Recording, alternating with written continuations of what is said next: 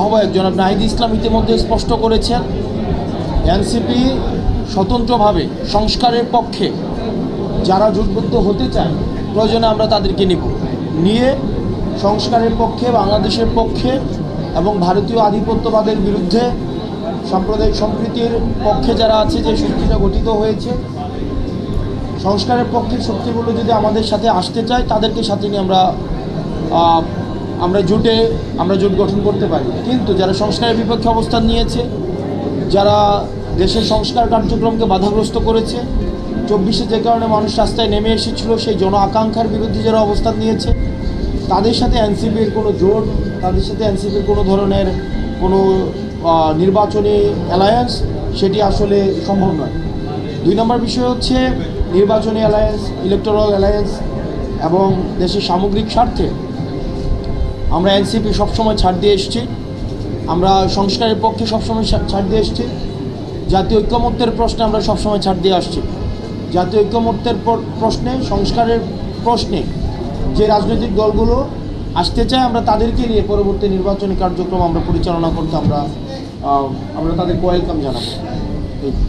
আমাদের পূর্ণাঙ্গ প্রার্থী আমাদের খুব সম্ভবত এই নভেম্বরের এন্ড অফ থার্ড উইকের মধ্যে, উইদিন থার্ড উইকের মধ্যে আমাদের প্রাথমিক ধাপের প্রার্থীতা হচ্ছে ঘোষণা করা হবে। এটা হচ্ছে থার্ড উইকের মধ্যেই আমরা আহ্বায়ক 15 তারিখ, লকডাউন 13 তারিখ।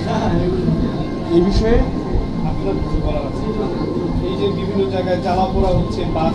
প্রথমত হচ্ছে আওয়ামী লীগ এখন বাংলাদেশে অপ্রাসঙ্গিক, এটি নিয়ে আসলে আমাদের লুক ফরওয়ার্ড, আমাদের সামনে ভাবতে হবে, সামনের বিষয় নিয়ে চিন্তা করতে হবে। কিন্তু আমরা দেখেছি যে টকশোতে বিভিন্নভাবে যারা আওয়ামী লীগের লেসপেন্সার ছিল, যারা আওয়ামী লীগের সুবিধাভোগী ছিল, যারা পেইড কিছু ইন্টেলেকচুয়াল আছে, বুদ্ধিজীবী আছে পেইড, যাদেরকে ভাড়ায় খাটানো যায়, এইসব মানুষ তারা আওয়ামী লীগের পক্ষে এতদিন বৈধতা উৎপাদন করেছে। কিন্তু গত 2 দিনের কার্যক্রমে বুঝে যাওয়া উচিত যে আওয়ামী লীগ কখনোই গণমানুষের দল ছিল না। এই যে আগুন, সন্ত্রাস, জ্বালা পোড়াও, এগুলো কারা করেছিল অতীতে এবং বর্তমানে কারা করেছে, এটি সুস্পষ্ট হয়ে গিয়েছে গত 2 দিনের কার্যক্রমে। আপনাদের একটা বিষয় মাথায় রাখতে হবে, আওয়ামী লীগের যে পতন সেটি কিন্তু কোনো নিয়মতান্ত্রিকভাবে হয়নি, যে ব্যালটের মাধ্যমে সেটি হয়েছে। আবার ব্যালটের মাধ্যমে তাদের হচ্ছে আমরা আবার তাদেরকে নিয়মতান্ত্রিকভাবে আবার রাজনীতিতে ফিরিয়ে নিয়ে আসার যেই কথা বলা হচ্ছে সেটি হবে। আওয়ামী লীগের পতন হয়েছে এটি গণঅভ্যুত্থানের মধ্য দিয়ে। গণঅভ্যুত্থানের ম্যান্ডেট হচ্ছে জনতার ম্যান্ডেট এবং এটি হচ্ছিল সার্বজনীন ম্যান্ডেট।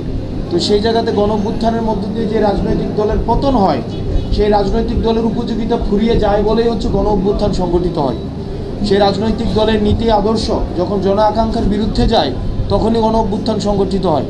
তো যেহেতু গণঅভ্যুত্থানের মধ্য দিয়ে আওয়ামী লীগের পতন হয়েছে, এটাই স্বাভাবিক প্রক্রিয়ায় ব্যালটের মধ্য দিয়ে এই দলটিকে ফিরিয়ে আনার যারা বৈধতা উৎপাদন করছে, তারা মূলত আগুন সন্ত্রাসের পক্ষে বৈধতা উৎপাদন করছে, তারা মূলত